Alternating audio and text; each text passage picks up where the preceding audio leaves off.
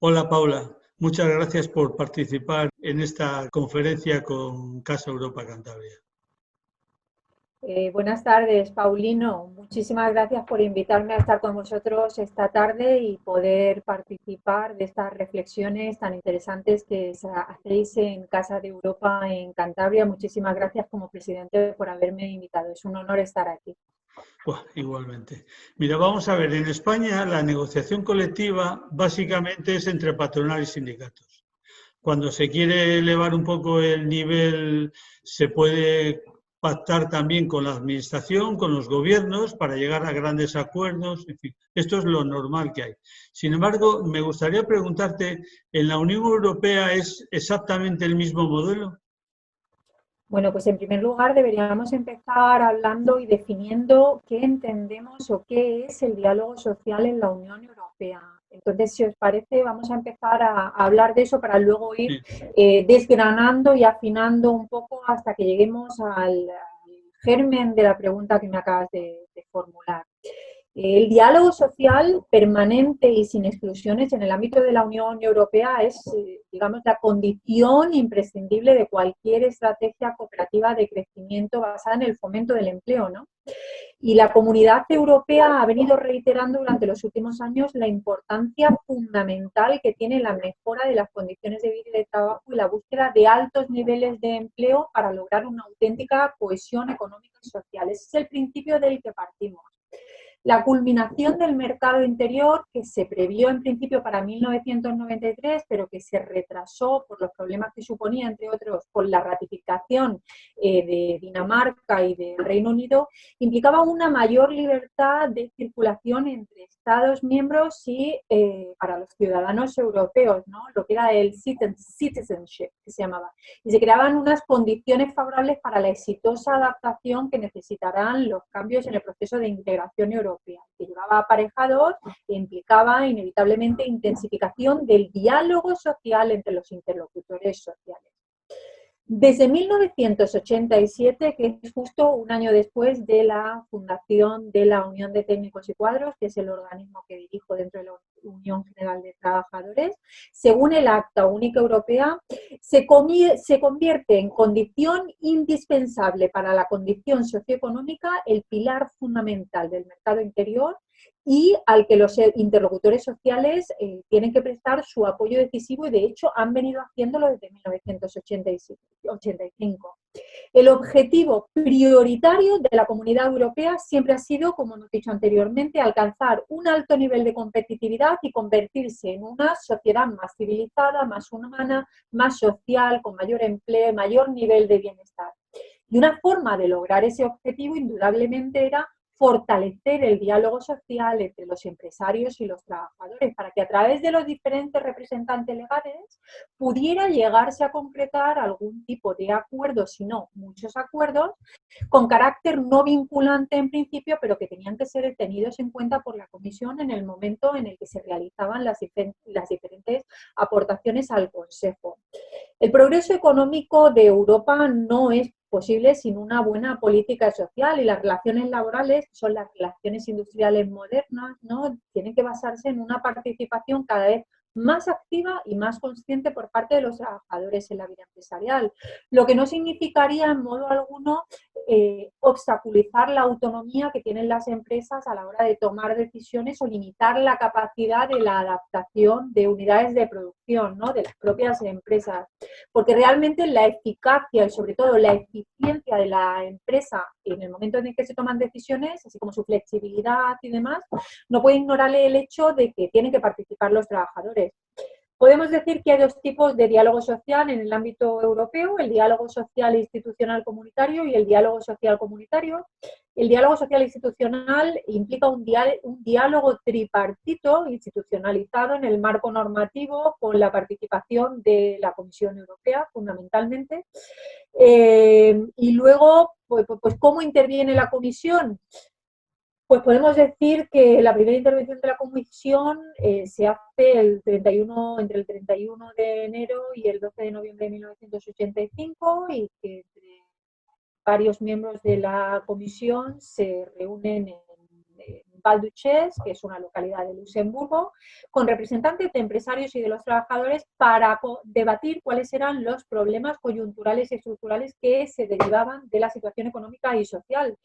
En ese momento parece que no hay futuro para Europa sin que haya un importante reconocimiento de los trabajadores, una importante participación de los mismos. Y esto no se consigue sin el convencimiento de que la vía emprendida para ese mercado único, para esa vía de consenso, para ese diálogo social, es que tiene que haber progreso y tiene que dialogarse para que el progreso social, el estado de bienestar, sea una realidad en todos los países miembros. Pues en ese sentido los interlocutores sociales y el diálogo social tienen un papel fundamental. En el artículo 118 del Tratado de Roma ya se contempló y eso salía del artículo 22 del Acta Única Europea y se considera que el diálogo social es el elemento más importante de cohesión social y de vertebración o equilibrio en un contexto en el que los cambios tecnológicos y la reestructuración industrial es una realidad en la mayoría de los países, sin contar la deslocalización de muchas de las empresas que se llevan a otros países y, como he dicho anteriormente, hay trabajadores y trabajadoras que se quedan atrás. Entonces, el diálogo social tiene que fomentar y ayudar a que en ningún país ningún trabajador se quede atrás. También podemos decir que el diálogo social es un elemento de cohesión comunitaria, puesto que contribuye al acercamiento de los comportamientos de los actores sociales. Es un cuadro de referencia fundamental para los interlocutores sociales y para que se comprenda la dimensión europea de los problemas a los que nos enfrentamos todos, ¿no? Como he dicho anteriormente, hay muchas cosas que nos diferencian a los diferentes países de la Unión Europea, pero hay otras muchas más, las que nos unen y las que nos hacen confluir en una vida. Y el diálogo social aquí se vertebra como un elemento de salvaguarda, ¿no? En ese sentido, las instituciones del diálogo social que van a vertebrarlo van a ser el Comité Económico y Social, que aunque tiene una escasa influencia en la adopción de decisiones comunitarias y es un instrumento, digamos, débil de participación de los interlocutores sociales, tiene el derecho de iniciativa otorgada por los jefes de Estado y de Gobierno, que se le dio en 1972, no lo olvidemos, hacía pues la friolera de casi 50 años. Y se ha conseguido mayor autonomía de iniciativa en todos los sectores de la actividad comunitaria, ¿no?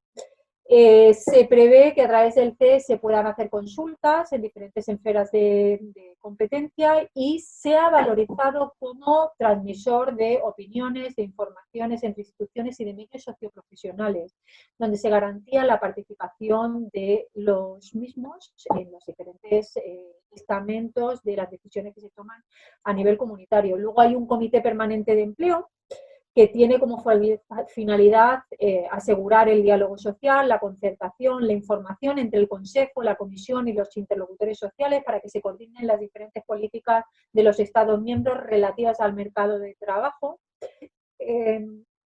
Están los comités paritarios sectoriales que se crearon ya en los años 60 y emiten estudios donde se armonizan se ponen en común y se armonizan las condiciones de trabajo para llegar a aquellas ventajas de algunos países sobre otros y donde se pueden adaptar algunas normativas que sean beneficiosas para los trabajadores y las trabajadoras y que se puedan exportar de alguna manera al diálogo social nacional de cada uno de los países una vez que pues se hayan compartido y se hayan analizado cuáles son los pros y los contras de cada una de las medidas sociales y políticas que se puedan llevar a cabo, ¿no?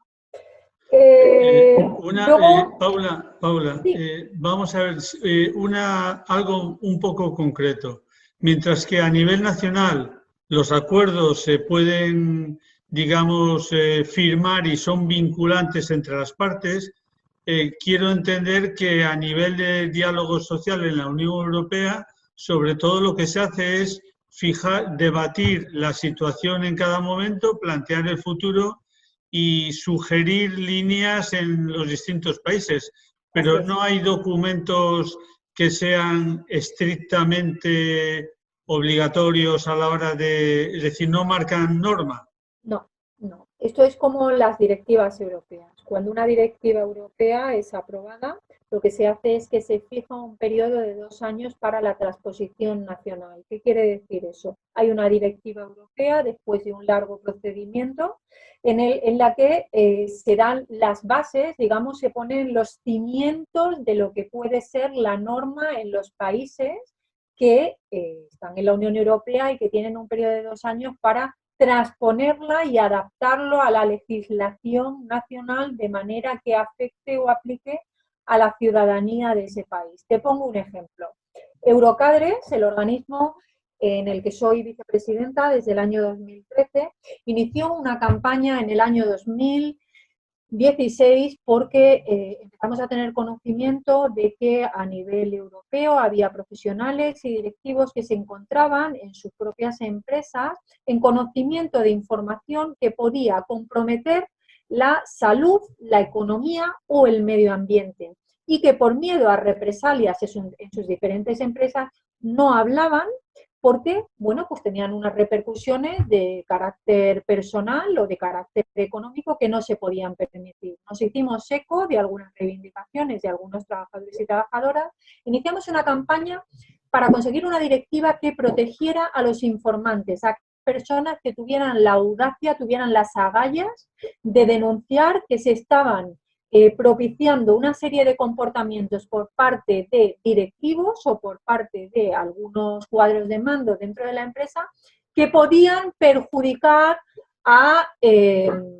pues a la clase trabajadora y sobre todo pues eso, a la economía, a la salud, al medio ambiente o en última instancia a la seguridad.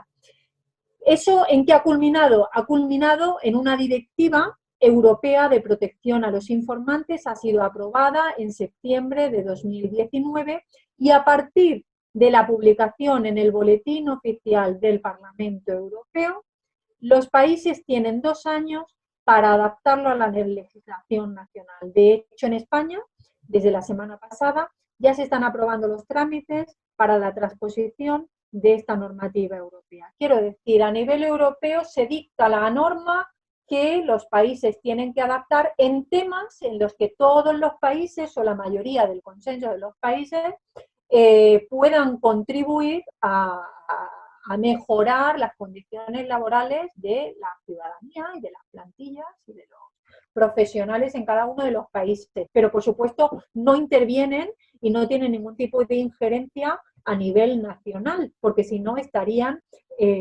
interfiriendo en la soberanía nacional de cada uno de los países. Bien, más o menos creo que está claro por lo menos la gran línea. Hay un gran espacio en la Unión Europea en el cual se debaten los temas, se analiza el presente y el futuro, se potencia el diálogo social, luego si políticamente se dictan los dictámenes de la Unión Europea, las directivas en particular, es cuando son de obligado cumplimiento y es cuando aterrizan en cada país y ya son normas. Más o menos puede entenderse así. Sí, bueno, sí, las directivas son las que van, las líneas maestras que van a llegar a cada país diciendo tenéis 2 años para adaptar lo que hemos legislado. Pero los 2 años, pasados los 2 años, son de obligado cumplimiento. Sí, tienen que estar traspuestas, tienen que estar adaptadas. Es decir, no es decir, tengo una directiva europea y la directiva que sale de Bruselas es la que yo adapto aquí. No, la tengo que adaptar y salir como un Real Decreto Ley en España. Perfecto. Aprobado por... Perfecto. Pues yo creo que más adelante podemos analizar alguna directiva europea desde el punto de vista de la normativa laboral, es decir, la proyección laboral, que creo que va a ser realmente muy interesante. Bueno, Paula, pues te agradezco mucho la intervención y deseando que nos volvamos a ver. Muchísimas gracias por haberme invitado, Paulino. Es un honor estar contigo esta tarde y compartir un poquito de conocimiento. Muchas gracias. Gracias.